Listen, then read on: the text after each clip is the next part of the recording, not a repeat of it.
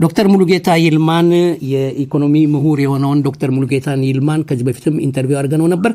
አሁንም በኢትዮጵያ የኢኮኖሚ ጥያቄ ላይ አመለካከቱን ለአድማጮቻችን እንዲያካፍለን በማለት ይሄው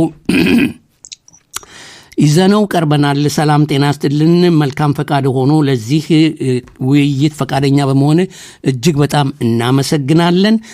ሙሉጌታ ዶክተር ሙሉጌታ ታስታውሳለህ መቼም ካንተው አንደበት ነው የወጣው። በኔ አተረጓጎም እኔ እንደገባኝ ቃል በቃል እንኳን ባትለውም የኢትዮጵያ ኢኮኖሚ ህመም ላይ ነው፣ ጤነኛ አይደለም፣ የተዛባ ነው፣ ድክመት አለው፣ ስህተት አለበት ወዘተ ብለህ አንዳንድ ቫሪያብሎችን ለመመልከት ሞክረን ነበር። በዛም ውይይት ላይ እንዳውም ከቫሪያብል አንዱ ያደረከው የደሞዝ ጭማሪ ቢመጣ ሊመጡ የሚችሉትን ምንድነው ማለት ኮንሲኩዌንሶች እነሱን ሁሉ ፕሬዲክት ለማድረግ ሞክረህ ነበር። ያ የደሞዝ ጭማሪ እኔስ እንግዲህ የሰማሁት የለም እስካሁን የሰማሁት አልተጨመረም ነው የተባለው። ከሴፕቴምበር ጀምሮ ይጨመራል ነበር ቃል የተገባው። እንግዲህ የአብይ ሁሉ ጊዜ በጣም አዝናለሁ ይሄን ስናገር የማይሆኑ ነገሮችን ነው ቃል የሚገባው። የሚዋሽ ሰው ነው በተፈጥሮ እና ያም አልሆነም እስካሁን እኔ እስከማቀው ድረስ። ከተሳሳትኩ ተጨምሮ ከሆነ ታረማለሁ። ካልተጨመረም ከተጨመረም ያሁኑ ያለው የኢትዮጵያ ሁኔታ ይሄንንም ሁሉ አጠቃላይ አድርገህ እስቲ ግለጽልን። የኢትዮጵያ ኢኮኖሚ ሁኔታ በአሁኑ ሰዓት ምን ይመስላል? እኔም እንግዲህ አንተም አቶ አህመድ ነው የምልህ ስለጋበዝከኝ በጣም አመሰግናለሁ። የኢትዮጵያን ኢኮኖሚ ምን ያህል እንደታመመ ሪሊ ብዙ የወጡ በሰሞኑንም ሆነ በዚህ ከአምና ጀምሮ እስካሁን የሚወጡ ዓለም አቀፋዊ ሪፖርቶች አሉ። እነሱ የሚናገሩትን እና እነሱ ያቀረቡትን ሪፖርት ማቅረቡ ይሻላል። ምክንያቱም እኔ የኔን አስተሳሰብ በኢትዮጵያ ኢኮኖሚ ላይ ከመናገር እነሱ የሚያቀርቡትን መናገሩ ክብደት ይኖረዋል እና ይሄን ለጊዜው ትንሽ ወደኋላ እናቀየውና ስለዚህ ይጨመራል ስለተባለው መስከረም ላይ ይጨመራል ስለተባለው የደሞዝ ጭማሪ እሱን ከፈቀድክልኝ እሱን በማስቀደም እንጀምር። ቀጥል። ይሄ ይጨመራል የተባለው ደሞዝ ይጨመር አይጨመር በእውነት ትክክለኛ ኢንፎርሜሽን የለኝም እንዳንተው ነኝ። ነገር ግን ትንሽ ወደኋላ ሄደን ከዚህ ከጨመራል ከተባለ ወደ 10 ዓመት በፊት ወደኋላ ሄደን ኢትዮጵያ ውስጥ እስካሁን ድረስ ያለውን ሁኔታ በተለይ በደሞዝ ጭማሪ ላይ ያለው ሁኔታ ትንሽ ለመመልከት ጥረት ባደርግ ተጨባጭና ትክክለኛ ጥሩ ስዕል ሊያሳይ ስለሚችል እስቲ ትንሽ ወደኋላ ሄጄ ልግለጽ። እዚህ ያሁኑ የመስከረም ይጨመራል የተባለው ደሞዝ ላይ ከመምጣቱ በፊት ኢትዮጵያ ውስጥ የዛሬ 10 እና 15 ዓመት ሰዎች ደሞዝተኛ በደሞዛቸው ሊኖሩ ይችሉ ነበር። እንደምታስታውሰው ያው የተጣበበ ኑሮ ቢኖር ያችን የሚያገኙዋትን ደሞዝ ወር እስከ ወር ተቸግረው ቢሆን ሊኖሩባት ይችሉ ነበር። አሁን ግን በተለይ በትልልቅ ከተማዎች እንደ አዲስ አበባ ባሉ ከተማዎች ላይ የምታየው ሰዎች በደሞዛቸው ሊኖሩ አልቻሉም። የመንግስት ተቀጣሪ ሆነው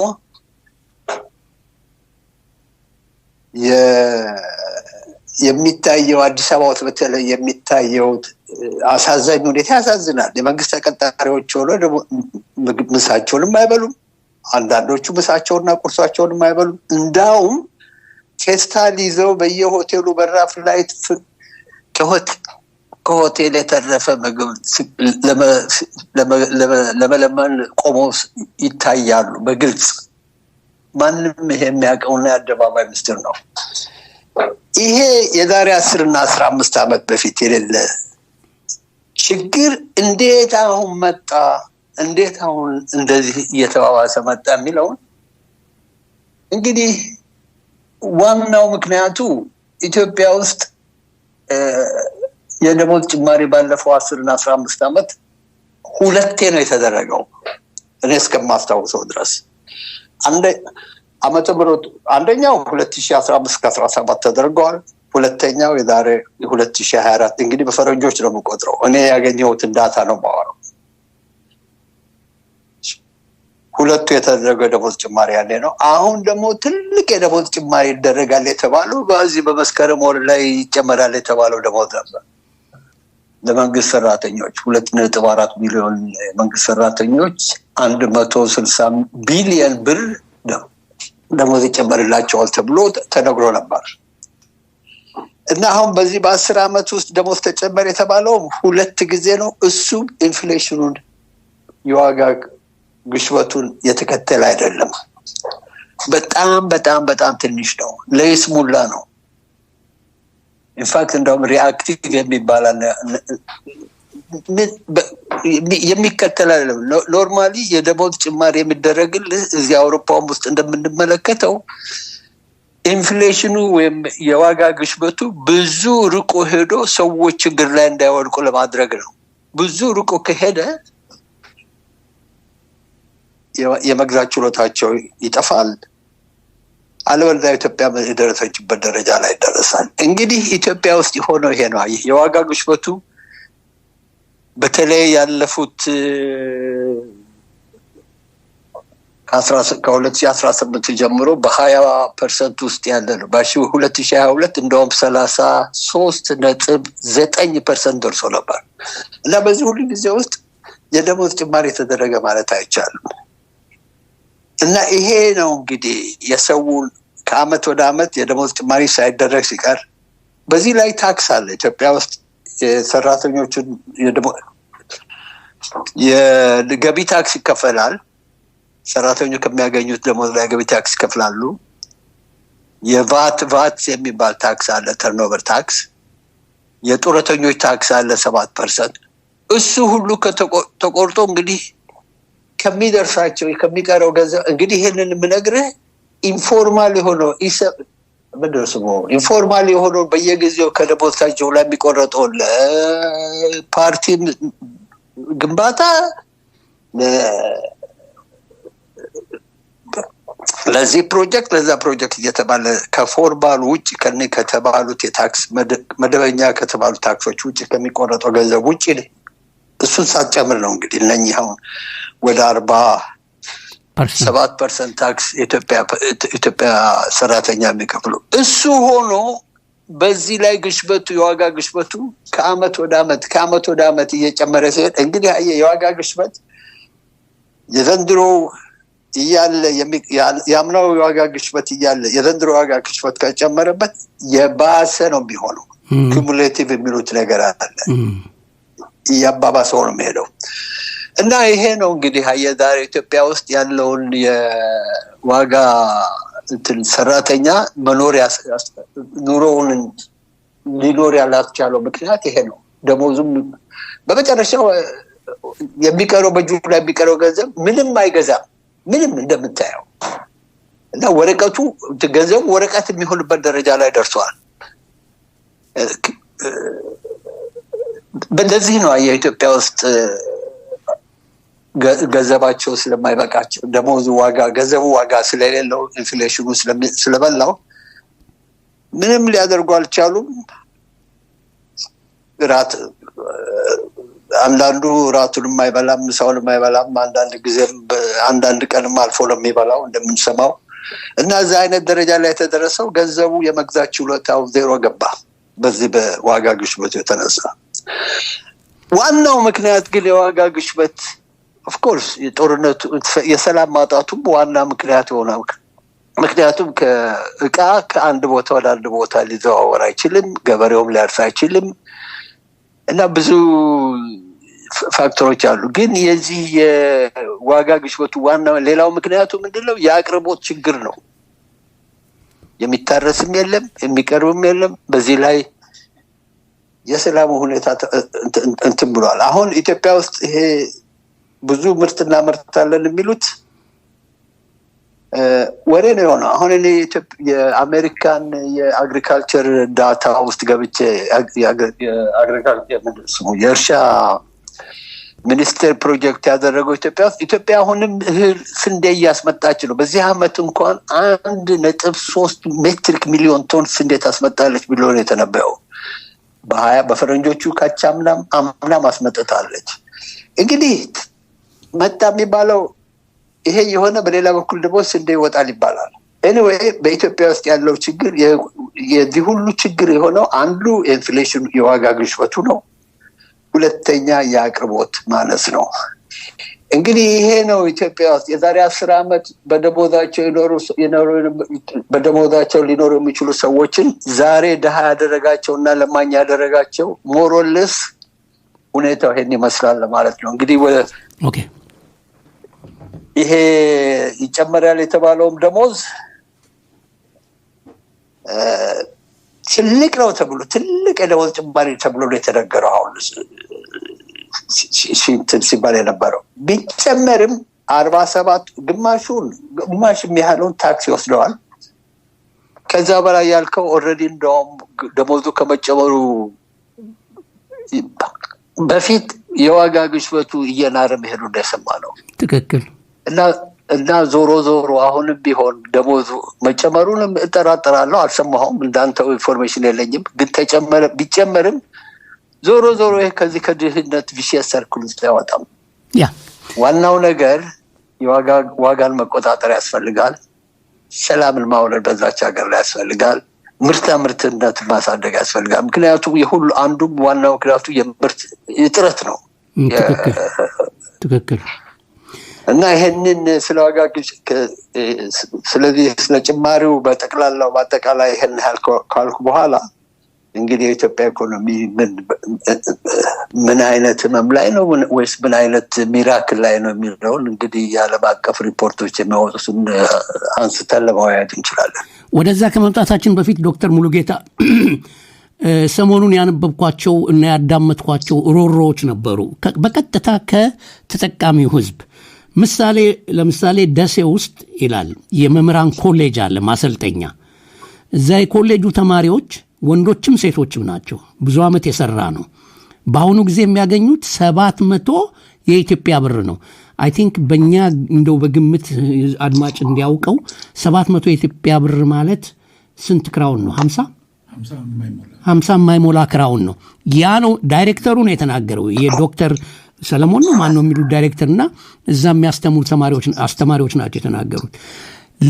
ተማሪዎቹ ሴቶቹም ወንዶቹም ተቀጥረው ደሴ ከተማ ውስጥ ተቀጥረው እንጀራ በመጋገር ቅዳሜና እሑድ እንጀራ በመጋገር እንጨት ጦሳ ተራራ ላይ ሄደው በመልቀም ኑሯቸውን ለመግፋት እየሞከሩ ነው። በዚህ ምክንያት እንደውም አንድ ተማሪ ጦሳ ተራራ ላይ መምህር የሚሆን ተማሪ ነው። እንግዲህ ተማሪ ስል ተማሪ መምህር ኮሌጅ ነው የመምህራን ኮሌጅ ህይወቱን አጣ።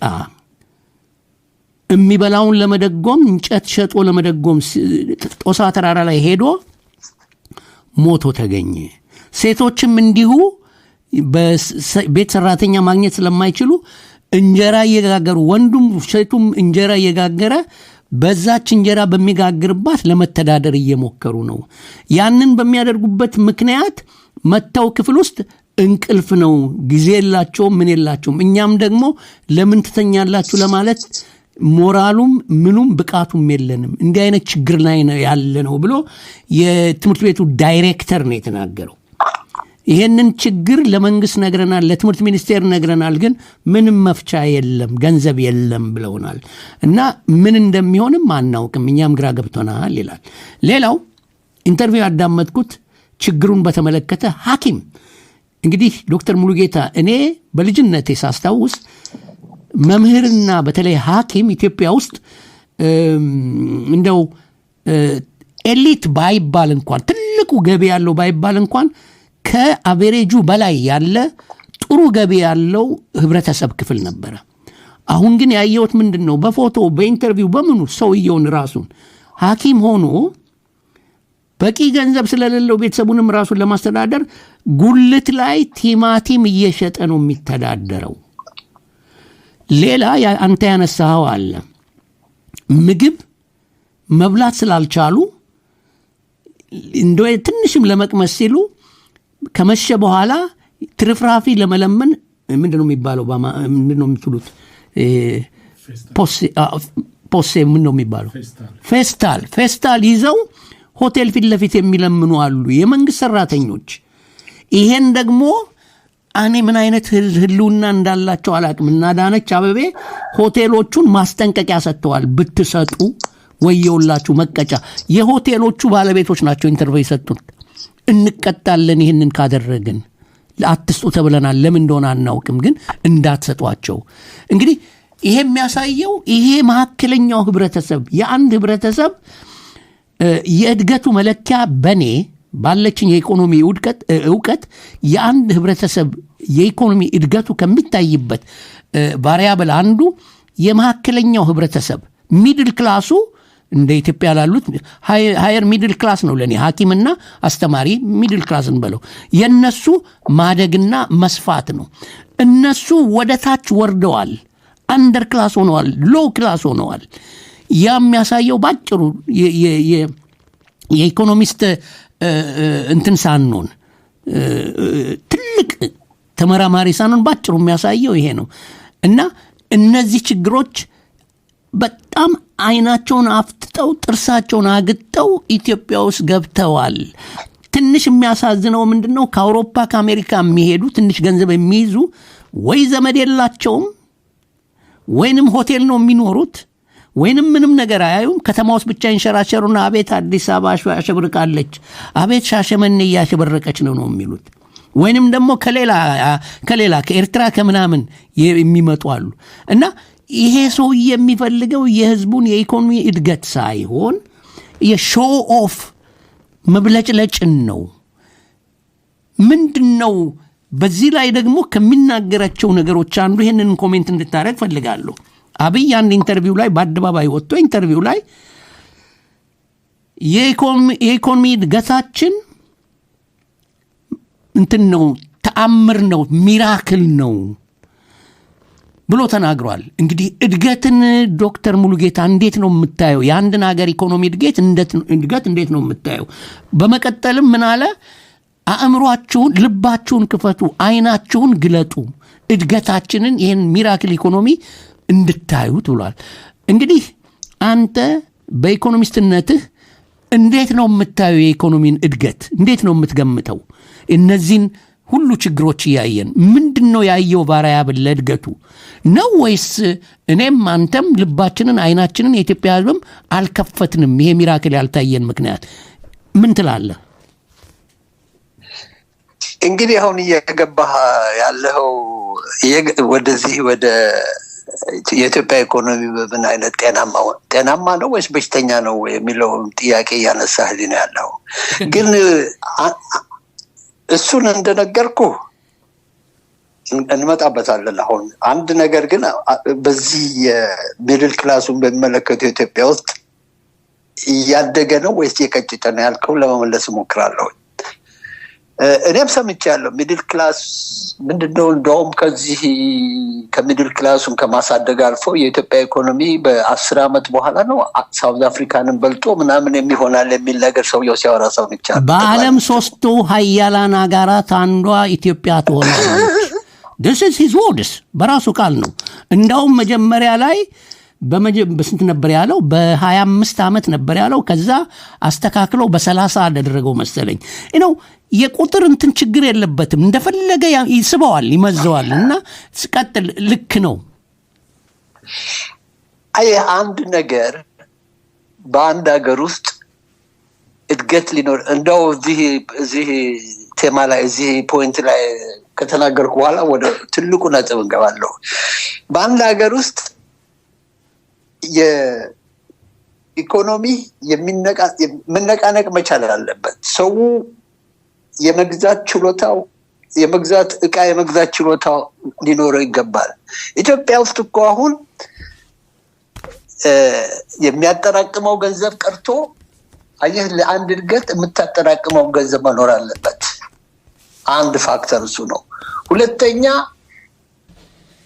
ፈረንጆች ብሉት በአገር ውስጥ የሚመረተው ሆነ ወይም የሚደረገውን ትራንዛክሽን የመግዛት ችሎታ እንዲኖር ያስፈልጋል እና ኢኮኖሚ የሚነቃነቀው በሱ ነው። አንተ ስትገዛ ስትለውጥ የሚመረተውን ምርት ላይ በደንብ ተሳታፊ ስትሆን ነው።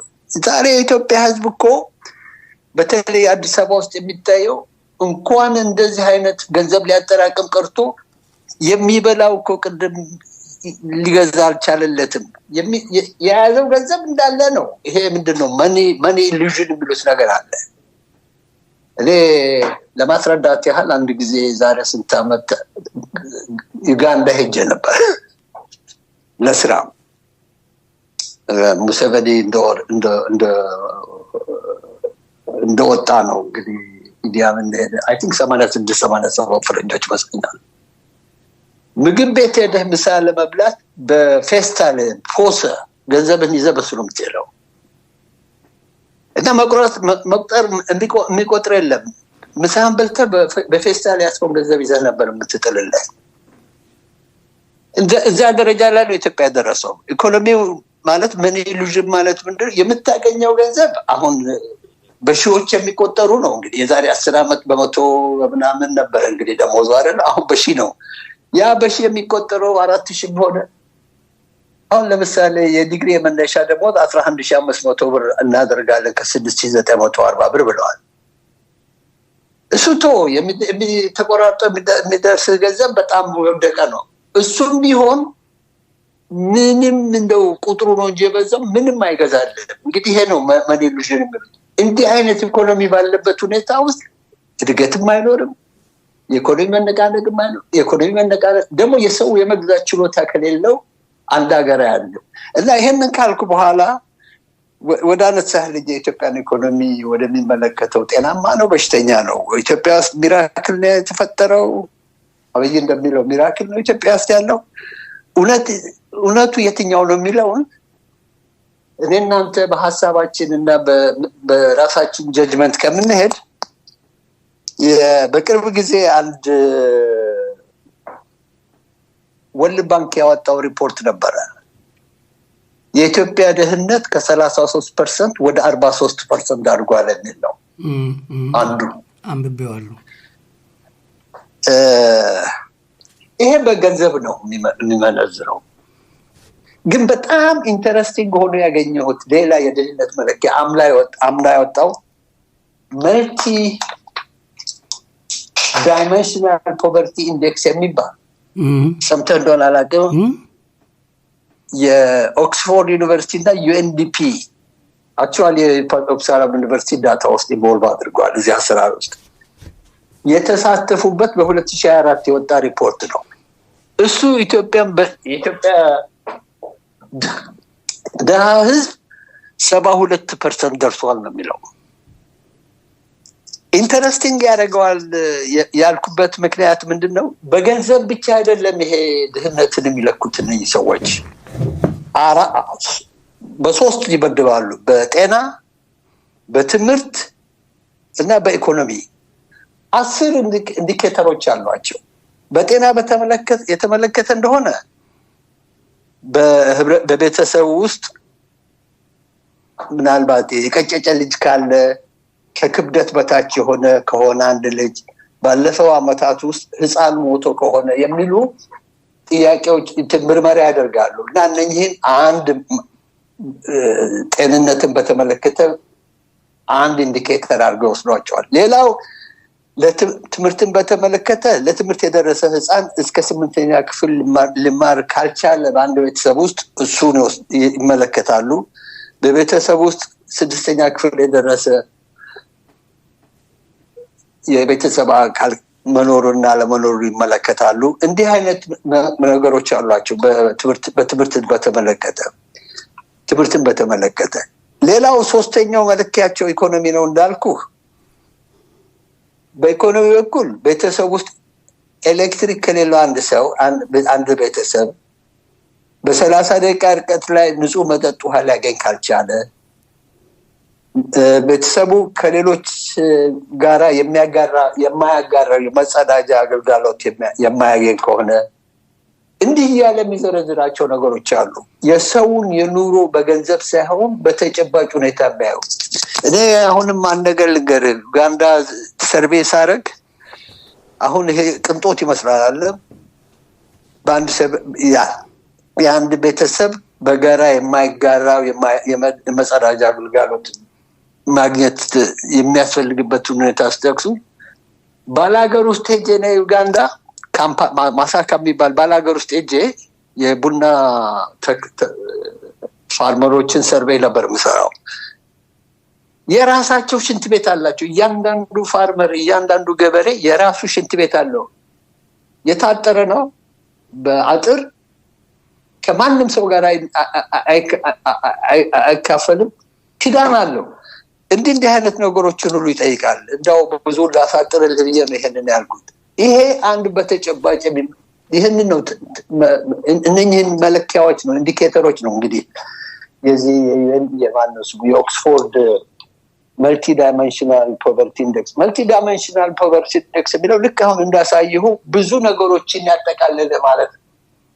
ገንዘብ ብቻ ሳይሆን እነኚህን ነገሮች ያጠቃልሎ የተመለከተ የተሰራ ኢንዴክስ ነው እና በዚህ ኢንዴክስ መሰረት ኢትዮጵያ 72% ድሃ ነው። ምንም ነገር የለውም። ብስክሌትም የለውም፣ እንትን የሚለው የሚሄድበት እቃውን የሚያጓጉዝበት ቴሌቪዥንም የለውም። እንደውም እንትኑ ሁሉ ያስገባሉ፣ ኮምፒውተሩ ሁሉ ከሌለ ሁሉ ይላሉ። ምንም የለውም እና የድሃ ነው የእነኚህ ሰዎች መለኪያው። ሌላ አሁን በሰሞኑ የወጣ ምንድነው የፖቨርቲ ኢንዴክስ የግሎባል ሃንገር ኢንዴክስ ያየሁት እሱ ደግሞ አሁን የወጣው ብዙም ዲፕ አልሄድኩበትም፣ ጊዜም አላገኘውም። ፕሮባብሊ ያለፈው ሳምንት የመጣ ይመስለኛል። ከዚህ የመልቲ ዳይሜንሽናል ፖቨርቲ ኢንዴክስ ከሚለው ብዙ ነገሮችን ካጠቃልለው ቅድም ከጠቀስኳቸው ነገሮች ጋር በጣም የሚመሳሰል ነው። የሚያዩት ምንድነው? በዚህ ኢንዴክስ ኢትዮጵያ ከ123ኛ ሀገሮች 100ኛ ሆናለች። ከፍተኛ ረሃብ ያለባት ሀገር፣ የተመጠነ ምግብ አለማግኘት፣ የህፃናት ሞት፣ የህፃናት መቀጨጭ የተስፋባት ሀገር መሆኗን ነው ይላል። ኦፍኮርስ የሌሎች ብዙ አፍሪካ ሀገሮች እዚህ ታገኛቸዋለህ። ግን ምንድነው አስከፊ ሲሪየስ ሃንገር አይላቸውም። ሞዴሬት ሃንገር ያለባቸው ሀገሮች ነው የሚለው። እነ ግብፅም አሉ፣ ግን እነ ግብፅ ሞዴሬት ነው የሚላቸው። ኢትዮጵያ አስከፊ ነው የሚላቸው። እንግዲህ ይሄን ያህል ካነሳሁልህ የአንድ ሀገር ኢኮኖሚ አድጓል የምትለው ከዚህ ነገሮች ስትላቀቅ ነው። የህፃናት ሞትን ስትቀንስ ነው። በጠረጴዛ ላይ ምግብ ሊገኝ ሲችል ነው። ትምህርት ቤት ልጆችን ልትልክ ስትችል ነው። የተማረ ህብረተሰብ ስታወጣ ነው። እንደዚህ የመሳሰሉትን ነገሮች ስታሟላ ነው እንጂ ዝም ብለህ ኢትዮጵያ ሚራክል ላይ ሆናለች ብለህ ልታወራ የምትችልበት ምንም የተጨበጠ ምክንያት የለም። ባዶ ፕሮፓጋንዳ ነው። ባዶ እና ይሄንን እንደው ለጊዜው ያህል ላቁምልህና በመጨረሻ ላይ ግን በኋላ ማነሳው አንድ ነገር አለ። the harsh reality ብሎ አንድ ሰው የፈረንጅ ይመስለኛል ወይም የውጭ ሀገር ሰው ነው ኢትዮጵያ ውስጥ ሄዶ ያየውን ሪያሊቲ፣ አዲስ አበባ ውስጥ ሄዶ ያየውን ሪያሊቲ በቲክቶክ ላይ አውጥቶ ትላማታ ሰው ላከልኝ ሳላስበው። እና ሪሊ ለአንተ ምልክልሃለሁ፣ ግን አሁን እሱን በኋላ ወደ መጨረሻው ላይ አነሳዋለሁ። ኢንተረስቲንግ ነው። እና እነኚህ የዓለም ሶስቱን የዓለም ድርጅቶች ምንድነው ኢንተርናሽናል ድርጅቶች ያቀረቡት ይሄ ነው። እንግዲህ የኢትዮጵያ ኢኮኖሚ ይሁን ጤናማ ይሁን በጣም የታመመ ኢኮኖሚ እንደሆነ የምታየው በዚህ ነው። ዶክተር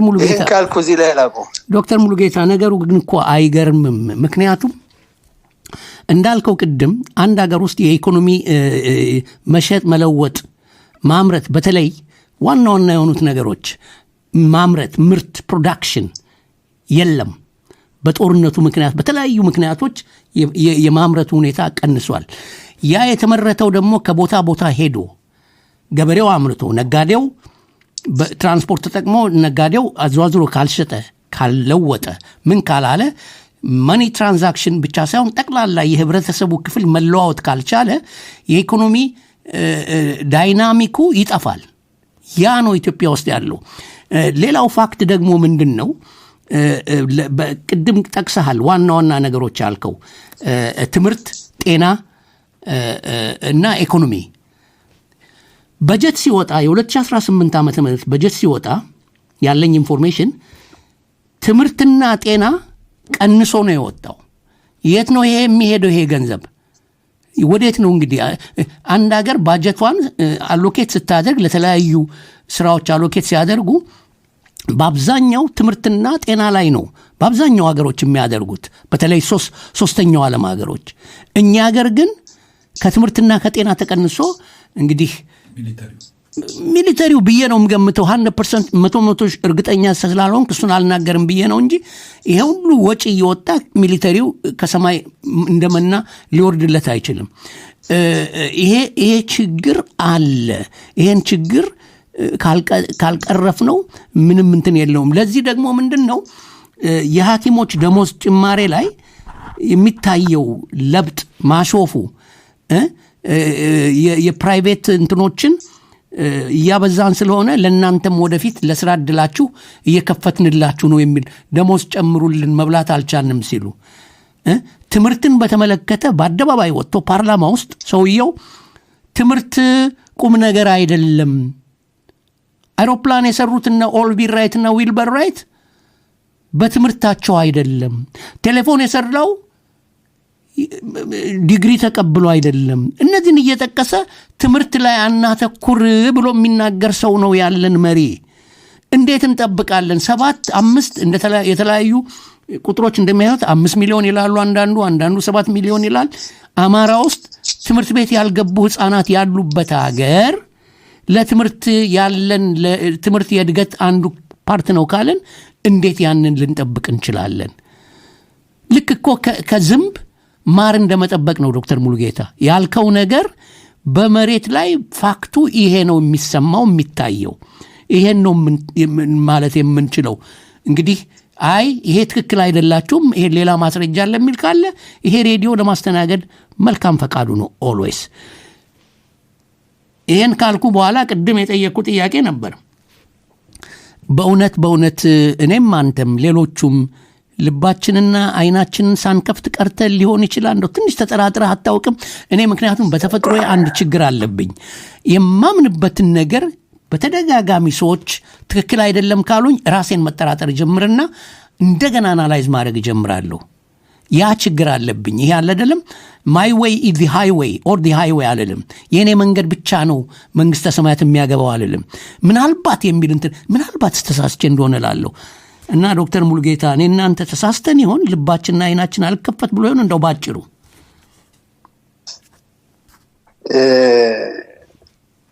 አይ ቲንክ መጨረሻ ላይ በነገሩ ምንድነው አየህ አንድ ጊዜ ልትጠራጠር ትችላለህ፣ 2 ጊዜ ልትጠራጠር ትችላለህ፣ 3 ጊዜ ልትጠራጠር ትችላለህ። ግን ሁሉ ጊዜ ይሄ በተለመደ ሬቶሪክ በተለመደ ውሸት የኢትዮጵያ መንግስት በተለይ ጠቅላዩ ዲናያል ውስጥ ነው ያለው። እኔ አም ሶሪ አንድ ነገር ልንገርህ። ኦኬ የአብይ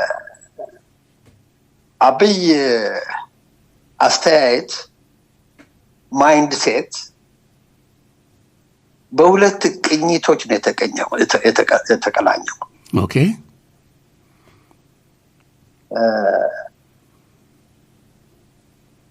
ዲናያል እና ጦርነት። በጣም ይቅርታ አድርግልኝና ቅድም እኔም እንደዚሁ ይሄንን ነገር ውሸትና ጦርነት መግደል ማስገደል ነው ያልኩት። አክቹአሊ እንደዚህ ነበር ያልኩት። በጣም ይቅርታ አድርግልኝ። ቀጥል። ኢንተረስቲንግ እና እነኚህ ነገሮች የት በአይንህ ስር አንድ እንግዲህ the last 8 ዓመት እየተደጋገመ ስታየው ራስህን አይደለም የምትጠይቀው። የዓለም የምታየውን ነገር ሰው ሲክድ የምናገረው የምታየውን ሳይሆን የምነግርህን እመን የሚልህ ሰው ከመጣ ለመጀመሪያ ጊዜ ቁም ብለህ ታስብ ትችላለህ። እንዳልከው እኔ ልጅ ያላየሁት ወይም ያልሰማሁት ልትል ትችላለህ። ለሁለተኛም ጊዜ እንችላለን። ግን እየደጋገመ ሲል there is something wrong በዛ ሰውዬ ላይ የሆነ ችግር እንዳለበት ነው የምታየው። እና ኢትዮጵያ ውስጥ አሁን እኮ ቅድም የጠቀስናቸው ነገሮች በሙሉ ይሄ ኢትዮጵያ ውስጥ የሚናገረው ሰውዬውን የሚክደውን ነገር ነው እያወጡ ያሉ። ይሄንንም ድላ ያደርጋል። አሁን እንደሰማሁትማ የአይኤምኤፍ ነው የወርልድ ባንክ ሪፖርት ስህተተኛ ነው የሚል ነገር ሁሉ ማውራት ጀምረዋል አሉ ኢትዮጵያ ውስጥ የአብይ አካባቢ ያሉ። ኤግዛክትሊ አልተከተልኩትም የሆነ ትንሽ ነው የተሰማሁት። እና ሲመቻቸው የወርልድ ባንክ ሪፖርት አንድ ሰሞን አይኤምኤፍ ኢትዮጵያን እንደ ምሳሌ አድርጎ ሊወስድ ነው አይድል ኬዝ ናት ተብሎ ሁሉ ይወራ ነበር። በቃ የአይኤምኤፍን ክራይቴሪያ ሟላን ተብሎ ብዙ ሲወራ ሰምቻለሁ። አሁን ደግሞ ወርልድ ባንክ እንደምታየው እያወረዳቸው ነው። እንደውም ኢትዮጵያ ውስጥ ሁኔታው ከቀጠለ የኢኮኖሚ ሁኔታው በዚህ ከሄደ ፌል አድርጓል ነው የሚለው። እና የሲቪል ምንድነው ስሙ የሲቪል አንሬስት አፕራይዚንግ ሁሉ ሊነሳ ይችላል የሚሉ ኮንክሉዥን ላይ ሁሉ ደርሰዋል። ግን እነሱ ይሄን አይደለም ኢትዮጵያ ውስጥ ኢትዮጵያ መንግስትና አካባቢ ያሉ ሰዎች የሚሉት ሚራክል ነው የሚሉት። እንግዲህ የምታየው ነገር የሚዳሰስ ነገር ነው። ህዝቡ ጠረጴዛው ላይ ምግብ ማቅረብ ካልቻለ ሊበላው ካጣ በጦርነት ከታመሰ ወይ እንግዲህ ሰላምም የለም። የሰውም ያው እንደቀደም እንዳልኩ የኢኮኖሚ ሁኔታ እየደቀቀ ነው ያለው። እና ምንም የምንጠራጠርበት ምክንያት የለም። እነሱ በድና ያል ውስጥ ያለ በቃ ክህደትና ውሸት ነው ያለው ኢትዮጵያ ያለው። ሁለተኛ ነገር ደግሞ ይሄ እንዳልኩ ጦርነት ነው። ማይንድ ሴቱ በጦርነት ነው ያለው ሰውየው። እና ያለ ጦርነት ነገር ነው ፕሮግራም ሊሆነው ያለ ጦርነት ሰርቫይቭ የሚያደርግ አይመስለኝም ብሎ ነው አይደለም ብሎ ነው የሚያስበው። በነገራችን ላይ አንድ የታዘብኩት ነገር ዛሬ ያለው አንድ ነገር ሲፈልግ ያን ነገር አወድሶ ሰማይ ሰቅሎ ይናገርና በማግስቱ ያን ነገር ማጥፋት ሲፈልግ ደግሞ የማይለው ነገር የለም። ምሳሌ ማን ነው ስሙ የኤርትራው ፕሬዝዳንት ኢሱ ጋራ ቀለበት የወንድ ልጅ ቀለበት ለወንድ ልጅ ሲያደርግ የሀገር መሪ በአደባባይ በጣም የሚያሳፍር ነው። እንትኑን ለማሳየት ነው ያለውን ፍቅር ለማሳየት ነው። ግን እንደው በመጠኑ ቢሆን የደቡብ ሱዳን መሪዎች ላይ ጉያቸው ውስጥ ገብቶ ሁለቱን አቅፎ እንዴት አይነት እንትን ጉያቸው ውስጥ እኮ ነው የገባው እንትን ለማሳየት። እንደዚህ አይነት ሰው ነው የሾፍ ነው። ሰሞኑን አይታል ዶክተር ሙሉጌታ አባይ ተመረቀ ሲባል የኬንያውን መሪ ሮጦ መጦ ከጀርባው ማጅራቱን ሲያሸው በጣም እኮ ምን አይነት ሰው እንደሆነ አላውቅም። ገንዘብ ለመበደር ሲፈልግ ከአይኤምኤፍ እና ከወርልድ ባንክ ምን አለ? ወርልድ ባንክ እና አይኤምኤፍ የእናት መቀነቶች ናቸው ብሎ በፓርላማው ላይ ተናገረ። እንግዲህ ለመበደር ፈልጎ ነው። እኔ በጣም ማዝነው አንዳንድ እንትኖችን ሳነብ ማን ነው የቲፒኤልኤፍ መሪ የነበረው ነፍሱን ይማረውና መለስ ዜናዊ ከዓለም ባንክ ጋር ያደረጋቸውን ክርክሮች ሳዳምጥና ሳነብ ይሄ ሰውዬ ደግሞ ሄዶ ምንጣፍ ሆኖ እንዲጎትቱ ሲደረግ ምን አይነት ዘመን ነው የገባ ነው የሚለው። ዓለም ባንክ የእናት መቀነት ነው። የእናት መቀነት እንግዲህ ነው ደግነች ወዘተ ያለ ማለት ነው። ለመበደር ሲፈልግ ነው። አሁን ግን ያ ችግር እንትን ብድርን አልከፈልክም፣ ብድሩን አይደለም ዋናውን አይደለም ወለድ መክፈል አልቻልክም ብለው ፍርድ ቤት እንወስዳለን አሉት። ኦፍ ኮርስ እኔ እስከማቀው ድረስ ባለኝ የኢኮኖሚ እንትን ዕውቀት መሰረት እስካሁን ድረስ ፍርድ ቤት እነዚህ ትልልቅ እንትኖች አይሄዱም። ግን አንድ ጥቁር ነጥብ ያስቀምጡ ይሆናል። ጥቁር ነጥብ ያስቀምጣሉ ለወደፊቱ ያለው የሀገሪቱ ኤ ያለ ቢ ያለ ኤ ያለ ሲ ያለ ካቴጎሪ እዛው እስከተው የማትበደርበት የማትታመንበት ወዘተ ሊከቷት ይችላሉ። ግን እዚህ ደረጃ ደርሰናል እዚህ ደረጃ ደርሰናል። ዶክተር ሙሉጌታ አንተም እንደምታውቀው ቅድም አንድ ወደ መጨረሻ ላይ ላነሳው የምፈልገው ነገር አለ ብለህ ነበር። አንድ የውጭ ሰው የጻፈው በቲክቶክ ላይ ነው ምናምን የተላከልኝ ብለህ ነበር። ወደዛ እንሂድ እስቲ። አዎ የዚህ ሰው የአንድ ግለሰብ አስተያየት ነው። አዲስ አበባ ሄዶ ያየው ነው። አዲስ አበባ ሄዶ በጣም ውብ ከተማ ናት ይላል። አፍሪካ ውስጥ እንደውም ካሉ ከተማዎች ትልቁ ቦታ የምትይዝ ናት ይላል። እሱን ይህንን ካለ በኋላ የሚጀምረው ምንድን ነው ቢለው መሰለህ? ጉግል ውስጥ ገብተህ እንግዲህ ዞሮ ካየ በኋላ ነው የጉግል ውስጥ ገብተህ ጉግል ስታደርግ የኢትዮጵያ ደሞዝ የአቨሬጅ አንድ ሰው ደሞዝ $1,000 በወር ነው የሚል ታገኛለህ ብሎ ነው የሚጀምረው። ይሄ ግን ውሸት ነው ብሎ ነው የሚለው። በነገራችን ላይ አሁን ጉግል ውስጥ ገብተህ ብዙ ነገር ከኢንተርኔት ላይ ማውረዱ በጥያቄ መጠራጠር መቻል ያስፈልጋል። ማንም ሰው ገብቶ የሚጽፈው ነገር ነው። አሁን አካዳሚክ ዓለም ውስጥ ከኢንተርኔት አወረድኩት ብለህ ኮስ ልታደርግ አትችልም። እና ይህም ሰው ያጋጠመው ነገር ይሄ ነው። ምን ይላል? እኔ ያየሁት ነገር ይላል የቤት ጠባቂ አዲስ አበባ ላይ እንግዲህ ይሄ እኔም ሆንኩ አንተም ሆንክ ተመልካቾችም ሆኑ አድማጮችም ሆኑ ሪሊ ጥያቄ ውስጥ ሊያስገቡት የሚችሉት ነገር አለ። ንጹህ ፋክት ነው፣ ፒውር ፋክት ነው። የሚለው ምንድነው? ያየሁት ነገር ይላል የቤት ጠባቂ አዲስ አበባ ላይ ከ2,000 እስከ 3,000 ብር በወር እንደሚያገኝ ነው። ማለት ከ13 እስከ $15 ማለት ነው። እንግዲህ $1,000 ሲያጣጥል ነው አይደል? ትክክል። የሆቴል ሰራተኛ ያየሁት 5,000 ብር በወር ነው የሚያገኘው። ይሄ ደግሞ በዶላር ሲታይ 33 ብር ዶላር መሆኑ ነው። የቢሮ ሰራተኛ ከ8,000 እስከ 10,000 ብር ያገኛል።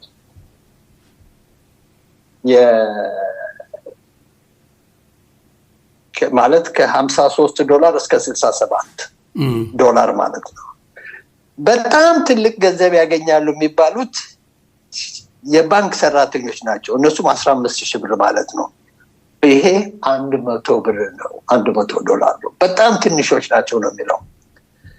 እና ይሄንን ካየ በኋላ ኮስት ኦፍ ሊቪንግ የኑሮ ውድነትን ለመግለጽ ሲሞክር ምን ይላል? አንድ አፓርትመንት ከ16,000 ብር እስከ 20,000 ብር በወር ያወጣል ነው የሚለው። እውነት ነው። የሞደርን አፓርትመንት ሊከራይ ይሄ ነው። አንድ የባንክ ሰራተኛ ሊከራየው የማይችል ነው። እንግዲህ ከደሞዙ ቅድም እንዳየረው ነው የሚለው። ሪያል ስቴቶች እነኚህ የቤት ሜክላሪዎች ማለት ነው። አንድ አፓርትመንት ዛሬ የሚሸጡት በ3 ሚሊዮን በ30 ሚሊዮን ብር ያወጣል። ማለት በ2,000 የአሜሪካን ዶላር ነው የሚለው። በ2,000 የአሜሪካን ዶላር ወደዚህ ስትመነዝረው አውሮፓ ውስጥም ማለት በ200 የአሜሪካን ዶላር ማለት ነው። በ200 የአሜሪካን ዶላር አሜሪካን ውስጥም ሆነ አውሮፓ ውስጥም ቤት ልትገዛበት ትችላለህ። ምንድነው ይሄ ፓራዶክስ ነው የሚለው። እና ያው እንደምታየው $200 ማለት 3,000 አይ ቲንክ 2,000 ክሩነ ማለት ነው። 2 ሚሊዮን ክሩነ ማለት ነው። በ2 ሚሊዮን ክሩነ አንድ ክፍል ሳይሆን 2 ክፍል እዚህ ስቶክሆልም አካባቢ ልትገዛ ትችላለህ አይደለም? እና ግራ ገብቶታል። ሲመለከት ያየው ነገር ደግሞ ሌላ ምንድነው? ቤቶች አለ አሁን ሪል ስቴቶች ወደ 20% ሁሉ መቀነስ ጀምረዋል አለ። የሚገዛ የለም ቤቶቹ ባዶ ሆነዋል። ኤግዛክትሊ። እና ይሄ ብዙ ነገር ሊነግርህ ይገባል። ኦፍ ኮርስ የኮሪዶር ልማቱ ተመልከት እንግዲህ አዲስ አበባን ህዝብ ባሮ ከአዲስ አበባ አውጥቶ እንግዲህ የአብይ አንዱም ችግሩ ምንድነው ድህነትን መዋጋት ሳይሆን ድሃን መዋጋት ነው ያለው። ትክክል። ኤግዛክትሊ ዋና ዓላማው ድህነትን መዋጋት ሳይሆን ድሃን መዋጋትና ማባረር ነው። እነኛን ሁሉ ሰዎች ፒያሳ የነበሩ ሰሪዎች ትንሽ ሱቅ ያላቸው በሙሉ ተበትነው እንግዲህ ሜዳ ላይ ወድቀው ያው ከከተማውም ውጭ አወጧቸዋል። አንዱም ዴሞግራፊ ለውጥ ነው። ትክክል። እዛ አካባቢ አዲስ አበባ ውስጥ የሚኖሩ ሰዎችን አባረዋል።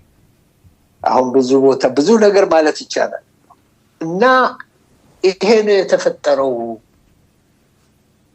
ምንም ነገር የለም። ይሄ አይነት ነገር አያድርም። ዞሮ ዞሮ ትልቅ ክራይሲስ ነው የሚያመጣው። እንደው አሁን ላሳጥረልና እዚህ ላይ ልዝጋውና ለመዝጋት ያህል ኢትዮጵያ ውስጥ ያለው መከራ በኢትዮጵያ ሕዝብ ላይ እየደረሰ ያለው መከራ ሌሎች ሀገር ላይ ቢደርስ ኬንያም ላይ ከደረሰው በጣም የበዛ ኬንያ ላይ ኢምንት ነው የደረሰው። ያው እንግዲህ ሶሻል አፕራይዚንጉን አይተሃል። ዳቦን ጨመረ ብለው ነው ለዛውም እነሱ ትንሽ ዳቦ ጨመረ ብለው እና የሌሎች ሰዎች አሁን ቅድም እንዳልኩት ወርልድ ባንክና IMFም ኢትዮጵያ ውስጥ አደገኛ ሁኔታ አለ። ኤኒታይም አፕራይዚንግ ይነሳል ሲለሱ ይሄንን መሰረት አድርገው ነው። ግን የኢትዮጵያ ሕዝብ ያው እንደምታየው ቻይ ነው ቁጭ ብሏል። እስከ መቼ ቻይ እንደሚሆን ግን ወደፊትም እናየው ይሆናል። ችግሩ ግን ምንድነው? እንዲህ አይነት ዝም ያለ ሰው ዝምተኛ ሰው የመጨረሻ የተቆጣ ጊዜ የሚችለው የለም። ይሄም ዝምተኛ ህዝብ የመጨረሻ እንትን ላይ አንድ ቀን የፈነዳለታ ጠራርጎ ነው የሚወስደው። ያ ነው የሚያሰጋን። ለኃጢአን የመጣ ለጻድቃንም ይሆናል የሚል ፍርሃት አለን። ለማንኛውም ቴክኒሻናችንም አንዲት ቃል መወርወር ፈልጋለሁ ይላልና እስቲ እንስማው። ዶክተር ሙሉጌታ ቀጥል። ኦኬ ታላስተልኝ ዶክተር ሙሉጌታ እስካሁን ያወራናቸው በሙሉ ችግሮች ድምጽ ከፍ አድርግልኝ። ድምጽ አይሰማም። እስካሁን አሁን ይሰማል? ችግሮቹ በብዛት ስናወራ ነው ያለው። ይሄ ችግር እውነትም ያለ ነው። ለመሆኑ ለዚች ሀገር መፍትሄ ሊፈጠር ሊገኝ ይችላል ወይ? በምን አይነትስ ነው ይሄን ኢኮኖሚ የምናድነው? ጦርነቱ ቆሞ ገበሬውም አርሶ እዛው ከተማ ውስጥ ተዘዋውረው ካልሸጡ እናንተ ካላሉ እንዴት ልናስተካክለው እንችላለን? ኢኮኖሚ ሌላ መንገድስ አለ ወይ? ተስፋስ አለን ወይ? በዚህ ላይ ምን ይላሉ? አይ ቲንክ ይሄ የፖለቲካ ሶሉሽን የሚያስፈልገው ነገር ይመስለኛል። ትክክል። የኢትዮጵያ ሕዝብ መደራጀት አለበት። ተደራጅቶ መታገል መቻል አለበት። በሰላማዊ መንገድ ሆነ ፋኖም በሚያደርገው የትጥቅ ትግልም ሆነ እኔ ኖርማሊ ብዙ የትጥቅ ትግል ማልደግፍ ሰው ነኝ። ነገር ግን አሁን ባለው ሁኔታ there is no option፣ ምንም አልተርናቲቭ የለም። አፍንጫህን የሚመታህን ኃይል እንዳይመታ መከላከል መቻል አለበት። እሱም አንተም አፍንጫውን ለመምታት መሞከር አለብህ ማለት ነው እና የትጥቅ ትግሉም በነገራችን ላይ አሁን ትልቅ ምንድነው አንዳንድ ሰዎች አሉ my way is the only way የሚሉት የሰላማዊ ትግል ብቻ ነው የሚሉ አሉ። ትግል የቦታና ጊዜ የሚወስነው ይሄ ነው የምትለው ነገር አለ። የሁሉም አይነት ኮምቢኔሽን የሚደረግበት አሁን የአፍሪካ ሀገሮችና የነጻነት ሀገር በነጻ የወጡ ሀገር የነጻነት ትግል ስታይ ዝም ብሎ ብቻ ሰላማዊ መንገድ የተደረገ አይደለም ነው። የአርምድ ስትረግልም ተቀላቅሎበታል እና አርምድ ስትረግልም አስፈላጊ ሆኖ የመጣ ጉዳይ ነው። ብቻ በተፈለገው ነገር ተደራጅቶ የፖለቲካ ሶሉሽን ማምጣት ወይም መንግስት ማስወገድ ነው ወይም ማስገደድ ነው። ዛሶል ዶክተር ሙሉጌታ ማስገደዱ እንኳን የሚሆን አይመስለኝም በአሁን ባለው ሁኔታ። ልክ ነህ። ምንድነው ማልኮልም ኤክስ ያለው አባባል ነበር። ምንድን ነበር የሚሉት? በማንኛውም መንገድ in every way necessary ነው ምናምን ብሏል። ለውጥ መምጣት ያለበት የአሜሪካን ጥቁሮችን ከባርነት ነፃ ለማውጣት እና እኛም የኢትዮጵያ ድምጽ ሬዲዮ የሚያምነው በማንኛውም መንገድ በሰላምም እንዳልከው አፍንጫን ሲመጣ በማልቀስ ብቻ ሳይሆን እሱም እንዲያለቅስ በማድረግ እሱንም እንዲያመው በማድረግ በኃይል ማለት ነው። በሰላማዊ መንገድም በሁሉም መንገድ ለውጥ መምጣት አለበት። አለበለዚያ ይህች ሀገር የተወሰኑ ሰዎችና የተወሰነ የህብረተሰብ ክፍል ብቻ ሀገር ሆና ሌላው በባርነት የሚኖርባት ሀገር ነች። ለዛውም መኖር ይፈቀድላቸዋል በባርነት ከተባለ ነው ምንድነው። እጅግ በጣም አመሰግናለሁ ዶክተር ሙሉጌታ። አይ ቲንክ ወደፊትም ደግሞ እንደዚሁ እየተገናኘን የኢትዮጵያ ድምጽ ሬዲዮ ደንበኛ እንደምትሆን በተለይ በኢኮኖሚ ጥያቄ ላይ ባለሙሉ ተስፋ ነን። ምክንያቱም ብዙ ጊዜ ስታስረዳ አዳምጣለሁ። ምንድነው በቀላል ቋንቋ ስለምታስረዳ ለሁላችንም ይገባናል። ኢኮኖሚ እናውቃለን ለምንለው ብቻ ሳይሆን ተምረናል ለምንለው ብቻ ሳይሆን ለሌሎቻችን ምንም ለሌለንና የኢትዮጵያ ድምጽ ሬዲዮ በዚህ የተነሳ ቋሚ ሊያረግ ይፈልጋል። አልፎ በጣም አስፈላጊ ነገሮች ሲኖሩ እንደውልልሃለን መልካም ፈቃድ ከሆነ እንግዲህ ይሄው ነው ማለት የምችለው። እጅግ በጣም አመሰግናለሁ ዶክተር ሙሉጌታ። እኔም ስለጋበዝከኝ አመሰግናለሁ። ታዳሚዎችንም ጓደኞችንም አመሰግናለሁ እና መልካም ጊዜ ለሁላችንም።